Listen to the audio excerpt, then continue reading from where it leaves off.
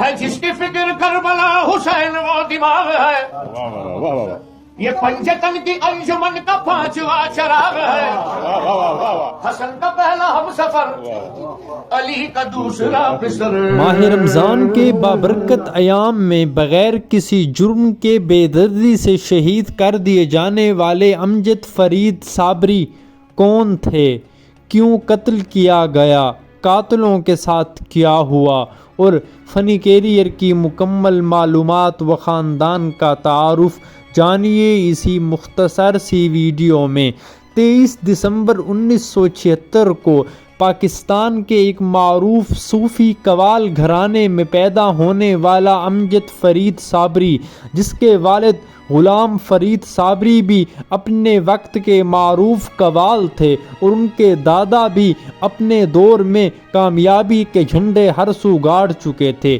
12 سال کی عمر میں ہی اپنے والد کے ساتھ انہیں سٹیج پر پرفارم کرنے کا موقع ملا، اور اس سے پہلے انہوں نے باقاعدگی سے اپنے چچا اور والد سے تربیت بھی لینا شروع کر دی تھی۔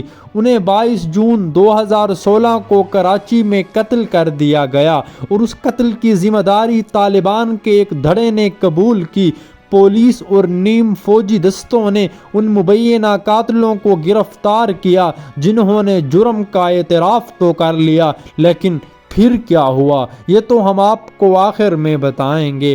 آپ کو یاد ہی ہوگا تاجدار حرم، ایسی شاندار قوالی جنہیں پہلے امجد فرید صابری کے خاندان والوں نے گایا۔ بھر دو جھولی میری یا محمد، لوٹ کر میں نہ جاؤں گا خالی، یہ وہ بھی شاندار قوالی تھی جسے امجد فرید صابری نے زندہ کر لیا۔ اور سب سے بڑھ کر میں قبر اندھیری میں گھبراؤں گا جب تنہا، امداد میری کرنے آ جانا رسول اللہ، یہ 3 قوالیاں آپ لوگوں نے امجد فرید صابری کی زبانی ہی سنی ہوگی۔ امجد فرید صابری نے فن قوالی اپنے والد سے 9 سال کی عمر میں سیکھنا شروع کیا اور 1988 میں 12 سال کی عمر میں پہلی بار سٹیج پر پرفارمنس دی اور پاکستان سمیت ہر ملک میں جا کر فن قوالی کو عروج پر پہنچایا۔ آپ نے ایک انٹرویو میں کہا تھا کہ میری زندگی فن قوالی کے گرد گھومتی ہے کیونکہ یہ صوفیاء کا ذکر ہے، اللہ تبارک و تعالی اور ان کے محبوب خدا سرور کونین کی نعت ہے، کلام ہے، تو میں جب بھی قوالی پڑھتا ہوں مجھے اپنا آپ کسی اور ہی جہان میں محسوس ہوتا ہے۔ لیکن ناظرین و سامعین، امجد فرید صابری کو 22 جون 2016 کو 2 مسلح موٹر سائیکل سواروں نے لیاقت آباد ٹاؤن میں ان کی کار پر فائرنگ کر کے قتل کر دیا۔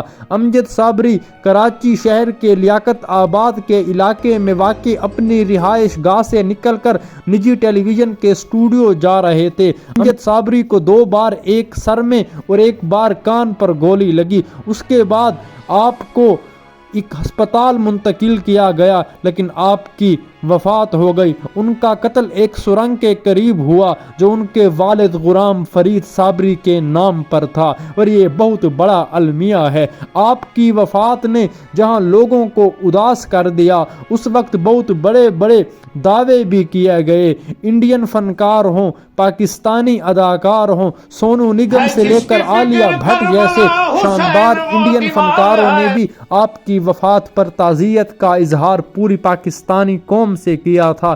گورنمنٹ آف پاکستان نے آپ کو تمغہ برائے حسن کارکردگی سے نوازا۔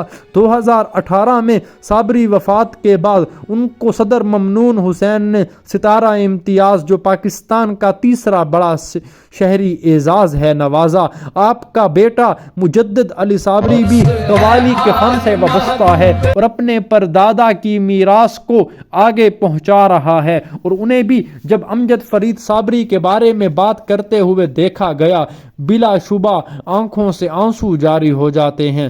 ناظرین، امجد صابری کے قاتلوں کی اگر بات کی جائے، آپ کے قاتل معلوم ہو کر بھی نامعلوم رہے. 7 سال بعد پکڑے گئے، لیکن پکڑے جانے کے بعد انہوں نے جرم کا اعتراف بھی کیا کہ امجد فرید صابری جیسی خوبصورت روح، درویش صفت انسان ہمارے ہاتھوں ہی اس جہان سے الوداع کر گیا تھا، لیکن ان کا ابھی تک بھی کوئی بال بیکا نہ کر سکا، اور یہی پاکستان کے قانون پر ایک سوالیہ نشان ہے.